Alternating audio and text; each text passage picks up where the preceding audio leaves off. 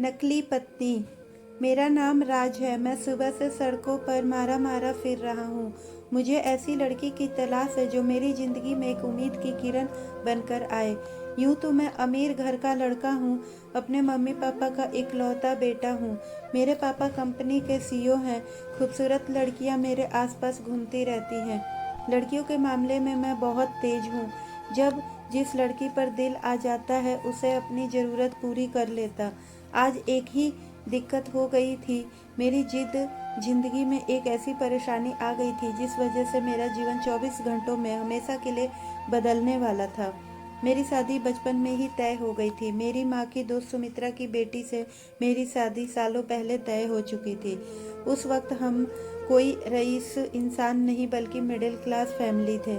मेरे पापा की जॉब चली गई थी। घर की हालत बहुत बुरी थी और उस हालत में मेरी माँ की सहेली सुमित्रा आंटी हमारे साथ खड़ी थी। एक दिन उन्हें मेरी माँ से कहा, अगर तुम लोग चाहो तो कोई बिजनेस देख लो, क्योंकि नौकरी तो मिलने से रही।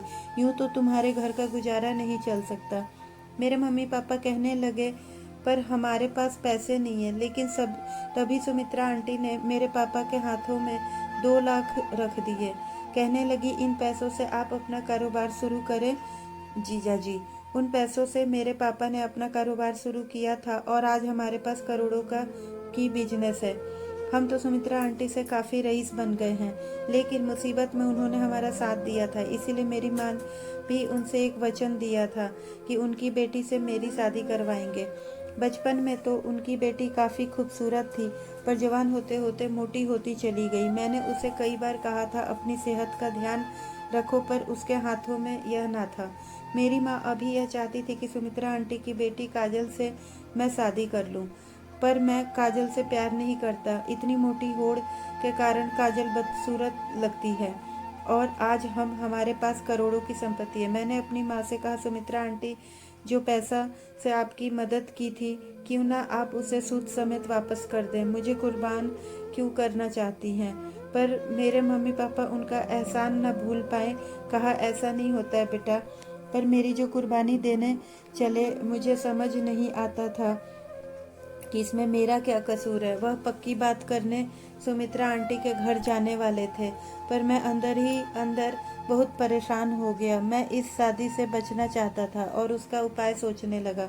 अचानक मेरे दिमाग में एक प्लान आया कि मैं किसी लड़की से शादी कर लूं, लेकिन मैं करोड़पति इंसान हूं। ऐसी कई लड़कियां हैं जो मेरे पीछे पड़ी हैं। इन लड़कियों को मुझसे कोई मतलब नहीं है, बस मेरी दौलत से मतलब है। मैं ऐसी शादी नहीं करना चाहता था। मुझे लगा किसी गरीब लड़की से या नकली शादी की एक्टिंग कर लेता हूँ। यह सोचकर आज मैं घर से बाहर निकला था। मुझे एक लड़की की ज़रूरत है। मैं सड़कों पर काफ़ी तेज़ तेज़ गाड़ी चला रहा था। उस वक्त धीमी धीमी बारिश हो रही थी। अचानक मेरी नज़र रास्ते पर एक अकेली खड़ी लड़की पर पड़ी। उसे देखकर मेरी हैरत का ठिकाना न रहा, क्योंकि लड़की बिल्कुल सफ़ेद साड़ी में थी। मैंने थोड़ा आगे जाकर गाड़ी रोक ली। गाड़ी से उतरकर मैं उसके करीब चला गया। उसकी साड़ी बुरी तरीके से भीग चुकी थी। उसका बदन साफ नजर आ रहा था। साड़ी बहुत ही खूबसूरत थी और नेट से बनी हुई थी, पर गीले होने के कारण मुझे उसका जिस्म नजर आ रहा था। मेरी नज़र उसके जिस्म में से टिकी लड़की को समझ में आ गया। कहने लगी, आप कौन है? मेरे सामने क्यों आ गए? लड़की की आवाज़ में एक तेजी थी। उसने अपने बालों को चोटी बना रखी थी। बाल गीले होने के कारण उसने अपनी चोटी खोल दी और बाल खुलकर सामने आ गए। लड़की की खूबसूरती देखकर मेरे मुंह से तो रस टपकने लगा था। मैंने कहा, मेरा नाम राज है। मैं बहुत बड़ी इंडस्ट्रियल का बेटा हूँ। उसने कहा, इसमें मैं क्या कर सकती हूँ? मैंने कहा, देखो, मैं घुमा फिरा कर बात नहीं करना चाहता। मुझे एक लड़की चाहिए। उसने कहा, मैं यह धंधा करने नहीं आई हूँ। मैं अपने घर जा रही हूँ। तुमने शायद मुझे गलत लड़की समझ लिया है। तुम जैसे रईस जादव तो अपने आप को बहुत ज़्यादा ओवर स्मार्ट समझते हो। मैंने कहा, तुम गलत समझ रही हो। मुझे लड़की टाइम पास के लिए नहीं चाहिए। ऐसे ही मेरे आगे पीछे कई लड़कियां घूमती फिरती रहती हैं। अपने आप को कोई बहुत बड़ी परी ना समझो। मुझे एक एक्ट्रेस चाहिए। वो काफ़ी हैरत से मेरे ओर देखने लगी। कहने लगी, मैं कोई एक्ट्रेस नहीं हूँ, मैं तो एक मामूली लड़की हूँ। मैंने कहा, तुम्हें स्टेज पर एक्टिंग नहीं करनी है, मेरी ज़िंदगी में एक्टिंग करनी है और उसके लिए मैं तुम्हें 5 लाख दूंगा। मेरी बात सुनकर अपनी बड़ी बड़ी आंखें झपका हुआ मुझे देखने लगी। फिर पूछा, ऐसी एक्टिंग करनी है? मैंने कहा, तुम्हें मेरी पत्नी की एक्टिंग करनी पड़ेगी। उसकी आंखों में कई सारे सवाल थे। मैंने कहा, मेरे घर वालों ने मेरी ज़बरदस्ती शादी तय कर दी है। वह हंसने लगी, कहने लगी, अच्छा तो शादी से बचने के लिए तुम्हें मेरी मदद चाहिए? मैंने कहा, हाँ मदद तो चाहिए, इसलिए तुम्हें 5 लाख देने को तैयार हूँ। लड़की ने कहा, पर मेरी एक शर्त है, तुम मुझे हाथ नहीं लगाओगे। मैंने कहा, घबराओ मत, मेरे पास लड़कियों की कमी नहीं है, बस सबके सामने तुम्हें थोड़ी बहुत हाथ लगाना पड़ेगा ताकि लोगों को शक न हो जाए। पब्लिक प्लेस में एक्टिंग समझ रही हो ना? बताओ तुम्हें मंजूर है? तुम्हें कॉन्ट्रेस्ट रेडी करवा दूं? बिना कुछ सोचे समझे ही मैं उस लड़की से सौदा कर रहा था। मुझे पता तक नहीं था कि यह कौन है। उस वक्त मेरे अंदर इतना पागलपन सवार हो चुका था कि मैं आगे पीछे कुछ सोच ही नहीं कि तब तक इसे झूठी पत्नी बना रखूंगा, क्योंकि पक्की मैं इससे शादी तो नहीं करने वाला। शायद इस लड़की के मन में भी वही सवाल था। मुझसे पूछने लगी, कब तक एक्टिंग करनी पड़ेगी? मैंने कहा, जब तक मुझे सच में कोई लड़की पसंद न आ जाए, या फिर जब तक काजल की शादी न हो जाए और मेरी जान छूट जाए। वह हंसने लगी। उसे बात करके लग रहा था लड़की काफ़ी हंसमुख है, पर फिर बोली, मुझे एक प्रॉब्लम है। 5 लाख के लिए मैं सालों तुम्हारे साथ नहीं रह सकती। मैं सोच में डूब गया। कहने लगा, तुम्हें रहने खाने को तो दे रहा हूँ ना? उसने कहा, यह सब तो मुझे ऐसे ही मिल जाती है। अगर मुझे 5 साल तक काम करना पड़े तो साल के 1 लाख तो बहुत कम है, क्योंकि न जाने तुम्हें कब कोई लड़की पसंद आएगी, न जाने काजल की कभी शादी होगी भी या नहीं। मुझे माफ़ करना, मैं ऐसे कॉन्ट्रैक्ट साइन नहीं कर सकती। तुम किसी और को ढूंढ लो। ऐसा कहकर वो जाने लगी। मैंने उसका हाथ पकड़ लिया। मैंने कहा, मेरी कोई पत्नी बनेगी तो वह तुम ही बनेगी। मेरी आंखें देखकर वह थोड़ी सी डर गई। मैंने कभी किसी लड़की पर यूं जोर नहीं दिखाई, ना जाने इस लड़की पर क्यों जोर दिखाने लगा था। मैंने कहा, महीने के 20,000 तुम्हें पॉकेट मनी के तौर पर दूंगा। मैं समझ सकता हूँ तुम्हारे मन में क्या डर है, और यह 5 लाख ऊपर के। अब बताओ। अब हंसने लगी, कहने लगी, इन पैसों से तो फिर मेरी भी शादी हो जाएगी। मैंने कहा, जब तक तुम मेरे साथ रिश्ते में रहोगी किसी लड़के के साथ नहीं मिल सकती, कोई बॉयफ्रेंड नहीं बना सकती, किसी लड़के के साथ संबंध नहीं बना सकती। बोली, मंजूर है। उसने कहा, तुम मुझसे बहुत बड़ी चीज़ मांग रहे हो, मुझे मेरी आज़ादी मांग रहे हो। मैंने कहा, यह जॉब है यार, तुम समझो।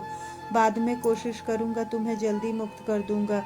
उसने कहा, पर तुम्हारे साथ काम करते करते अगर मैं बूढ़ी हो गई तो?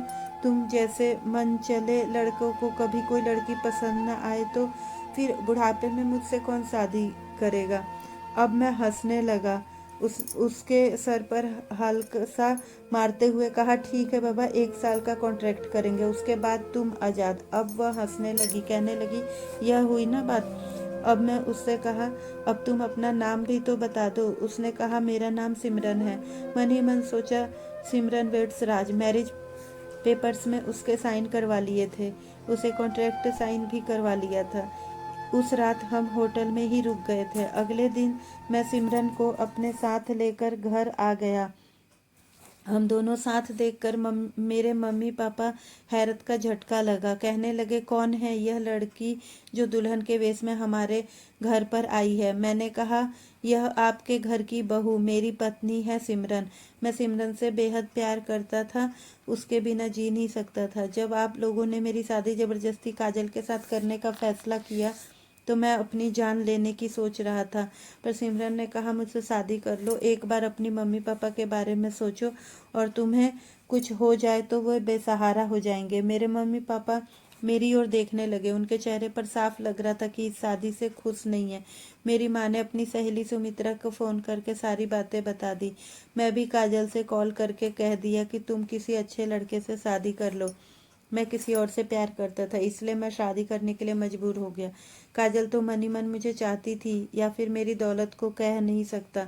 हाँ, एक समय था उसकी माँ ने मेरे घर वालों की मदद की थी, पर मैं अपनी कुर्बानी नहीं देना चाहता था, इसलिए उसके आंसू का मुझ पर असर न हुआ। रात में सोने के लिए मैं अपने कमरे में आ गया। सिमरन कहने लगी, तुम मेरे साथ सोओगे क्या? मैंने कहा, कैसी बात कर रही हो? मम्मी पापा घर पर हैं। हम अलग कमरे में सोएंगे तो उन्हें शक हो जाएगा। मैं उनसे अलग तुम्हें कहीं ले भी नहीं जा सकता। हम दोनों एक ही साथ एक कमरे में ही रहना होगा और कोई रास्ता नहीं है। उसके चेहरे पर परेशानी थी। मैंने कहा, सिमरन घबराओ मत, तुम्हें हाथ नहीं लगाऊंगा। उसने कहा, बात यह नहीं है, कुछ और ही है। उसकी परेशानी देखकर मैंने पूछा, क्या बात है, मुझे बताओ। कहने लगी, मुझे कपड़े पहनकर सोने की आदत नहीं है, मुझे खुजली होती है। उसकी बात जैसे मेरे दिल पर लगी। वो मेरे साथ बिन कपड़ों के सोना चाहती है। मैं खुद पे कैसे काबू पाऊंगा। मैं उसे बड़ी गौर से देखने लगा। वह बहुत ही खूबसूरत थी और लड़कियों से तो अलग ही थी। उसके परेशान वाला चेहरा देखकर लग रहा था उसके होठों को अभी चूम लूं, इतनी अट्रैक्टिव लग रही थी। मैंने कहा, इससे समस्या क्या है, तुम कपड़े उतार कर सो जाओ। वो मेरी तरफ ऐसे देख रही थी कि जैसे मुझे खा जाएगी। कहने लगी, अरे शर्म करो। मैंने कहा, मैं क्यों शर्म करूं, मैं तो कपड़े पहन कर सोऊंगा। कपड़ा उतार कर तो तुम सोओगी, तुम शर्म करो। मुझे तो बस तुम्हारे जिस्म को देखना है, दिखाना तो ही है ना। मेरी बात सुनकर वह गुस्सा हो गई। मेरे पेट में एक गुस्सा मारा। पता नहीं क्यों उसका प्यार भरा गुस्सा मुझे बहुत अच्छा लगा। मैंने मजाक मजाक में उसका हाथ पकड़ लिया, उसे अपने करीब खींच लिया। उसे कहा, तुम जिस पेपर के साइन हो ना, वह सच में रजिस्ट्री पेपर है। मैं तुम्हारा पति हूँ। शर्म कैसा। उसने कहा, कॉन्ट्रैक्ट में साफ साफ लिखवा दिया है कि तुम मुझे हाथ नहीं लगा सकते। मैंने कहा, हाँ, वह तो लिखा है, पर यह नहीं लिखा है कि तुम्हें देख नहीं सकता। उसकी टांग खींचते हुए मुस्कुराने लगा। फिर कहा, अपने कपड़े उतार दो और एक नरम चादर ओढ़ कर सो जाओ, एसी चला देता हूँ। कहकर मैंने कमरे की लाइट भी बंद कर दी। उसे एक नरम चादर दे दिया था। अपने कपड़े उतारकर मेरे पास सोने आ गई थी। उसके जिस्म की खुशबू मुझे पागल बनाने लगी। मैं उसे हर हाल में हासिल करना चाहता था। मुझसे रहा नहीं जा रहा था। मैं सिमरन के करीब चला गया। कहने लगा, यार तुम बिन कपड़ों के सोई हो, मुझसे रहा नहीं जा रहा है। मुझे आज की रात दे दो, तुम्हें 5,000 दूंगा। उसके बाद तुम चाहोगी तो कभी हाथ नहीं लगाऊंगा। बस एक रात के लिए मेरी बन जाओ। वह झट से मान गई। यह देखकर मुझे बड़ा झटका लगा। लड़की तो मेरे लिए तैयार बैठी थी। खड़ी हो गई, अपना चादर हटा दिया। उसके जिस्म को देखकर मेरे अंदर तो मानो ज्वालामुखी भड़क उठी। मैं उसके करीब चला गया। कहने लगा, मुझे प्यार करो। तभी सिमरन का हाथ मेरे पेट में आ गया और उसने जोर किया। मेरी सांसें उखड़ने लगी। मैं बेड पर गिर गया। एक झटके में जो हुआ मुझे कभी कुछ समझ में नहीं आया। उसने जो भी किया था, मुझे दर्द हो रहा था। मैंने कहा, तुम पागल हो गई हो क्या। उसने एक जोरदार किक लगाई थी। कहने लगी, मैं कराटे चैंपियन हूँ, दोबारा ऐसी हरकत मेरे साथ मत करना। कहकर वह चादर ओढ़ ली और मेरे साथ आकर लेट गई। मैंने आज तक जिस लड़की को भी हासिल करना चाहा, उसे हासिल करके ही रहा हूँ। यह लड़की क्या चीज़ है। मुझे बहुत ज़्यादा गुस्सा आ गया था। मैं तुरंत ही उसके ऊपर झपट पड़ा और उसे बेतहासा चूमने लगा। उसके खुले जिस्म पर अपने हाथ फेरने लगा। मुझे जहाँ मन हो रहा था मैं छू रहा था। वह काफ़ी घबरा गई थी। उसे देखकर समझ चुका था कि कोई कराटे चैंपियन नहीं है। मुझे डराने के लिए कहा था। मैं उसके होठ पर अपने होठ रख दिए थे। उसे किस किए जा रहा था। मेरे हाथ कभी उसके जिस्म के ऊपर तो कभी नीचे जा रहे थे। मैं उसे हर हाल में आज रात हासिल कर लेना चाहता था। उसकी आंखों में आंसू टपकने लगे। कहने लगी, मुझे छोड़ दो प्लीज़, मुझे छोड़ दो। पर मैं उसकी एक बात ना माना। जब तक मैंने उसे अपनी ज़रूरत पूरी ना कर ली।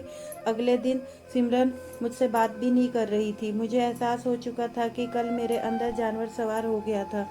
उसने मुझ पर क्या उठाया था, मैं बिल्कुल वैसी दरिंदा बन गया था। उसके जिस्म को जिस तरह से रौंदा था, मैं कोई इंसान तो नहीं हो सकता। मैं एक भेड़िया था जो खरगोश को नोच रहा था। वह फूट फूट कर रो रही थी। मैं उसे कुछ कहता तो जवाब न देती। अब मुझे घबराहट होने लगी। कहीं मेरे माँ को कुछ कह दे तो मेरा क्या होगा। अगर मेरे मम्मी पापा कमरे के में आकर उससे मिलने लगे तो क्या होगा। थोड़ी देर बाद मेरी माँ जोर जोर से दरवाज़ा खटखटाने लगी। अब डर के मारे मेरी फटने लगी थी। रात को तो बहुत बहादुर बनकर इसके साथ गलत काम किया और अब मैं क्या करूँगा। मेरी समझ में नहीं आ रहा था। मेरी मम्मी पापा ज़ोर ज़ोर से धक्का देने लगे। मजबूरन मुझे दरवाज़ा खोलना पड़ा। सिमरन के एक कोने में बैठी हुई थी। उसके आंखों में आंसू थे। मेरे मम्मी पापा तो कमरे में आ का यह नज़ारा देखकर बिल्कुल हैरत में पड़ गए थे। तुम दोनों के बीच में कोई झगड़ा चल रहा था क्या? दोपहर के 1 बज चुके हैं। हम तुम दोनों की शादी का अरेंजमेंट करवाना चाहते थे, इसीलिए दरवाज़ा खटखटा रहे थे। क्या हुआ तुम दोनों के बीच? तभी मेरी माँ सिमरन के करीब गई और उसके शरीर के जख्म को देखने लगी। उसकी आंखें बड़ी बड़ी हो गई, मेरी ओर देखने लगी, कहने लगी, यह तुमने इसके साथ क्या किया? सिमरन अब जोर जोर से रोती हुई मेरी माँ से लिपट गई, कहने लगी, यह इसने किया है मेरे साथ। मैं कुछ कह पाता इससे पहले उसने सारी कहानी मेरे मम्मी पापा से कह दी। उनको तो मानो यकीन ही नहीं हो रहा था। मेरी माँ की आंखों में आंसू आ गए। सिमरन के सामने हाथ जोड़ ली, कहने लगी, इस दरिंदे को मैंने ही जन्म दिया है। मैं इसकी तरफ से माफ़ी मांगती हूँ और अब तुम दोनों की शादी हो चुकी है तो किसी कॉन्ट्रैक्ट को नहीं मानती। जो तुम्हारे साथ इतने बुरा सलूक किया है तुमसे माफ़ी भी मांगेगा और तुमसे सच में शादी भी करेगा। और अगर इसे हमारा फैसला मंजूर नहीं है तो घर छोड़कर भी जा सकता है। अब मेरे पापा कहने लगे, बिजनेस में भी इसे कोई भी हिस्सा नहीं देंगे, फैसला तुम्हारा है। मेरी माँ ने सिमरन के सामने हाथ जोड़ लिए थे, माफ़ी मांग रही थी। मेरी आंखों में आंसू आ गए थे। मुझे एहसास हो चुका था कि मैं इस लड़की के साथ बहुत गलत किया, जो मेरी मदद के लिए तैयार हो गई थी। मेरी माँ से कहा, मुझे इस लड़की के साथ शादी मंजूर है, इसलिए नहीं कि मैं आपकी प्रॉपर्टी चाहता हूँ, बल्कि इसलिए कि मैं अपने गुनाहों का प्रायश्चित करना चाहता हूँ। मेरी मम्मी पापा ने हम दोनों को अकेला छोड़कर बाहर चले गए। माफ़ी की उम्मीद से मैं सिमरन की ओर देखने लगा। वह ज़ोर ज़ोर से चीखने लगी, कहने लगी, तुम्हें जरा भी दया नहीं आई? मैं रात भर मिन्नतें करती रही कि मुझे छोड़ दो और तुम मेरे जिस्म को यूं काटते रहे। देखो कितने सारे जख्म दिए हैं तुमने मुझे। अब उसने मुझे अपने जख्म दिखाए तो मेरी आंखों से आंसू आने लगे। मैंने पैर पकड़ लिया, मुझे अपने आप पर घिन आने लगी थी। आज तक कभी किसी लड़की की मर्जी के खिलाफ उसके साथ ऐसी हरकत नहीं की थी। कहाँ से मेरे अंदर वह जानवर आ गया? किस बात का गुस्सा था जो मैंने इस लड़की पर उतारा? मैं उससे सामने से हाथ जोड़कर अपने पाप के प्रतीक का मौका मांगने लगा था। सिमरन ने मुझे माफ़ कर दिया था। उसके बाद से मैं सिमरन के साथ कभी भी गिरी हुई हरकत न की। लेकिन आज भी जब उस रात के बारे में सोचता हूँ तो मैं खुद ही डर जाता हूँ कि कैसे झेला था उसने मुझे, और यूँ मेरे अंदर जानवर कैसे हावी हो गया था। शायद हमारा गुस्सा हमें कभी कभी बिल्कुल जानवर बना देता है। मेरी किस्मत अच्छी थी कि मुझे पश्चाताप का मौका मिला था। तो दोस्तों, हमारी कहानी कैसी लगी कमेंट करके ज़रूर बताएं। कहानी अच्छी लगी हो तो प्लीज़ वीडियो को लाइक और शेयर करें, और अगर हमारे चैनल पर नए हैं तो प्लीज़ चैनल को सब्सक्राइब करें। तो मिलते हैं एक नई कहानी के साथ। धन्यवाद।